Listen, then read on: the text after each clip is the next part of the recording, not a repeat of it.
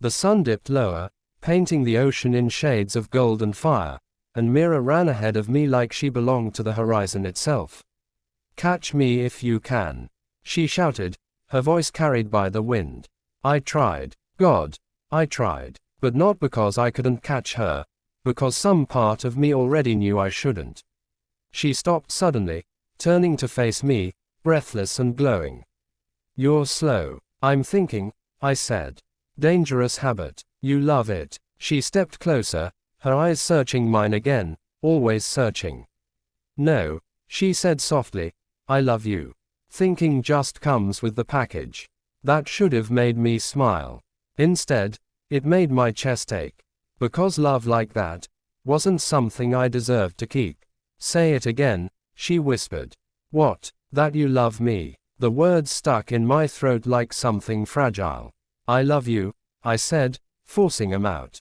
She closed her eyes for a moment, like she was storing the sound of it somewhere safe. "I want to hear that every day," she murmured.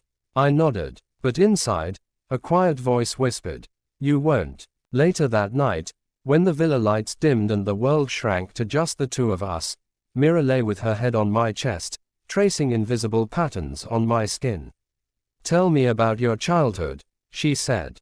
I stiffened slightly. "There's not much to tell." "That's not true. Everyone has a story. Some stories are better left buried." She lifted her head, frowning. "Why do you say things like that?" "Like what?" "Like you're running from something." I looked away. "Maybe I am." She sat up now, fully facing me. "Then stop running. It's not that simple." "It is," she insisted. "You stay. You fight. You build something better." I almost laughed. She had no idea. "Mira," I said quietly, "not everything can be fixed with love." Her expression hardened slightly. "That's where you're wrong." Silence. She leaned closer, pressing her forehead against mine. "If something is broken, we fix it together." Together. The word echoed painfully, because I knew, deep down, I wouldn't let her. The next morning, the island woke up to a storm.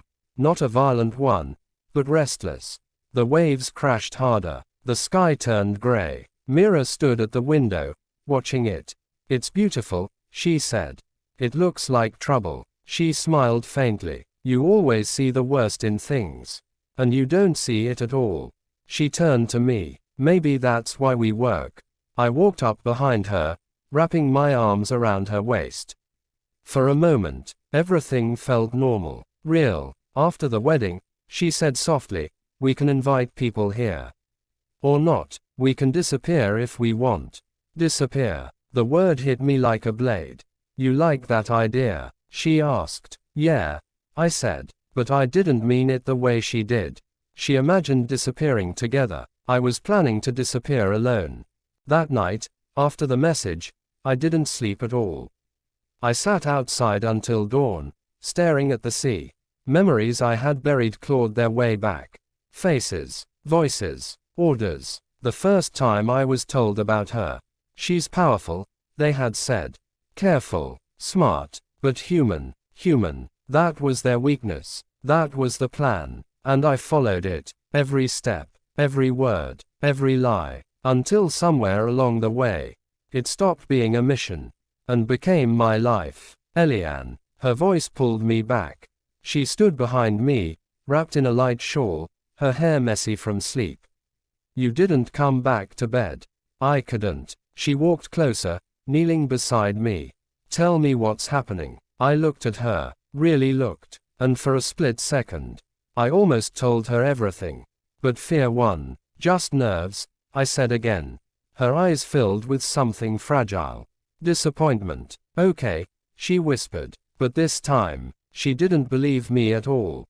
As the ceremony began, I could feel every heartbeat in my chest like a countdown. Mira's eyes never left mine. She trusted me, even now, even after everything. That trust was the hardest thing to destroy. "Do you take?" "I can't," I said suddenly. Gasps rippled through the crowd.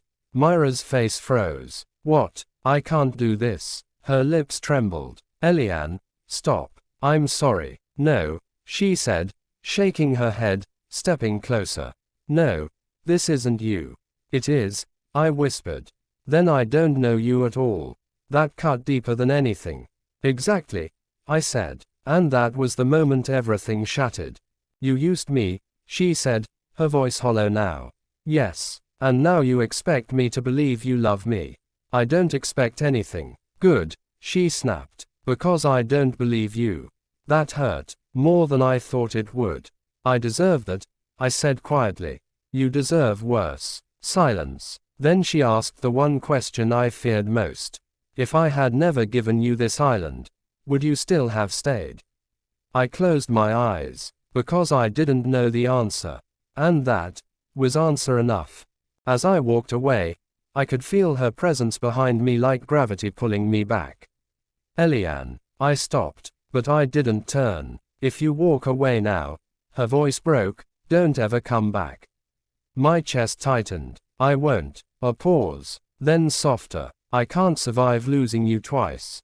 That almost broke me. Almost. I'm already gone, I said. And then I kept walking. Each step felt like tearing myself apart. But I didn't stop, because loving her meant leaving her alive. Months later, the island remained untouched.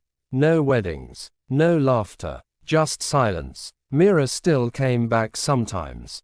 She would sit by the shore, in the same place, staring at the horizon. Waiting, even when she told herself she wasn't. One evening, she found something buried in the sand near the villa. A small metal box. Inside it, a note. His handwriting. Her hands trembled as she opened it. If you're reading this, it means I couldn't come back. Tears blurred her vision. I wanted to tell you everything. I wanted to stay. But loving you meant choosing your life over mine. Her breath hitched. You gave me an island. A world. A reason to feel human again. A tear fell onto the page. And in the end, the only thing I could give you back.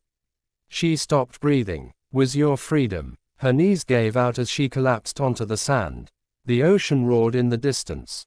And for the first time, she understood. Not just his words, but his silence, his fear, his love. I hate you, she whispered through tears. But I still love you. The wind carried her voice into the endless sea. And somewhere, far beyond reach, a man closed his eyes, as if he had heard her.